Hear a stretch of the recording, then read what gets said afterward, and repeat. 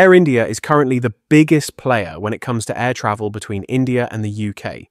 Still, British Airways and Virgin Atlantic are not far behind. And now, with IndiGo, India's low-cost long-haul hopeful, steadily maturing, Air India's dominance could be at risk. But the airline isn't taking that threat lightly. In fact, it sees huge potential in the UK market and is doubling down on growth and route optimization to stay ahead. As part of its major transformation, Air India is also revamping both its onboard service and cabin products, aiming to re-establish itself as a top-tier global carrier. Right now, Air India's UK network is already impressive, but the airline thinks it's just scratching the surface. In a recent conversation with Rhys Jones from Head for Points, Air India CEO Campbell Wilson explained, "We are only scratching the surface, really, of the opportunity that is present between the two countries, because at the moment, we only connect Delhi, Mumbai, and Bangalore with Heathrow. We have a number of services into Gatwick from secondary cities, but you could probably double the number of city pairs that we operate. And that's before you really consider the likes of Kolkata, Hyderabad, Chennai, Manchester, more into Birmingham. There's really a huge opportunity that we want to be able to attack, and the constraining factor is access to aircraft."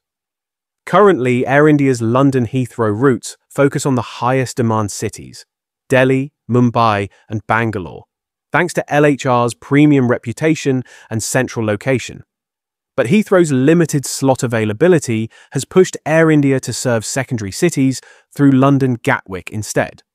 Birmingham, meanwhile, stands out as Air India's sole northern UK destination, and it's a key hub for visiting friends and relatives, VFR traffic. Aviation consultant Rishi Jain agrees that Birmingham is a great fit for the airline's future. "You can't run a massive hub, a massive focus city abroad for Indians via a very pricey airport because they want dirt cheap tickets. Birmingham emerges as an exciting possibility." Jane also sees future opportunities beyond the current destinations, including Manchester and even London Stansted, thanks to VFR demand and improved connectivity across India.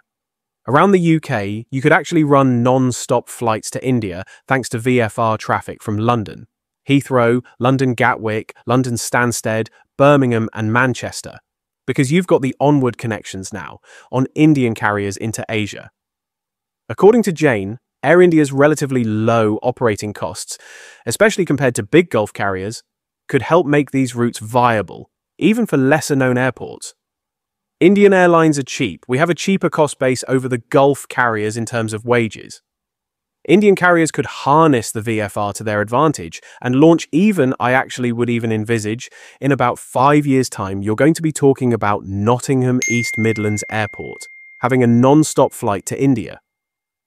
Wilson emphasised the UK's vital role in Air India's overall growth since its privatisation in October 2021. The UK, for historical reasons, the size of the diaspora, the size of the economic links, is clearly a strong number too. And we've put a lot of new capacity into the UK since privatisation, essentially doubled, if not slightly more. And the data backs that up.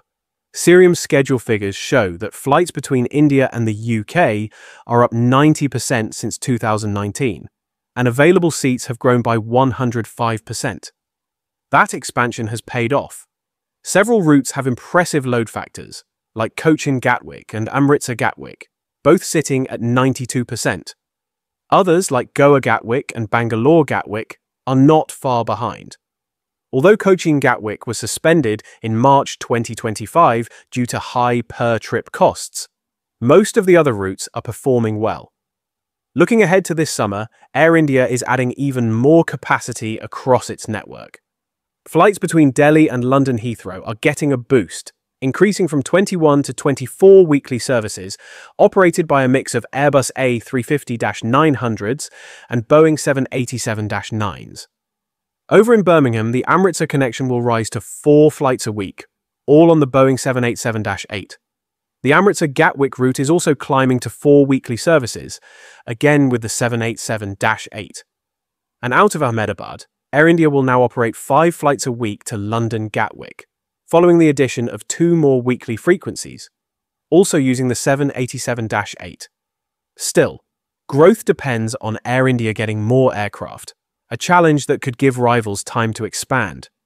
IndiGo, for example, has already jumped into the long-haul game. While it placed an order for 30 Airbus A350-900s last year, it's fast-tracking expansion through a wet lease deal with North Atlantic Airways.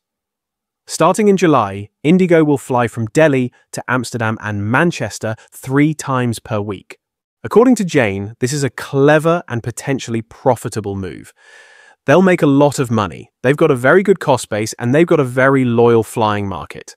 And also, IndiGo is doing it potentially from a full-service point of view. There are a lot of people who fly via third-country airlines who are so fed up with Air India because Air India did something to them 20 years ago. So there are a lot of people who are flying BA Virgin who don't want to. They're just flying because they've been bitten 10 times over by Air India. And he believes IndiGo is more than just a passing threat. It will be serious, strong competition because Air India had a unique proposition, operating long-haul, which under government ownership they were not allowed to do properly, but are now able to harness it. You've got IndiGo coming on top of them. For now, Air India is doing what it can, expanding its routes, adding frequencies, and updating its fleet with more efficient jets like the A350-900 and Boeing 777X. But the lack of available aircraft continues to cap its ambitions. As new wide-bodies enter the fleet, expect more Indian cities to appear on UK departure boards.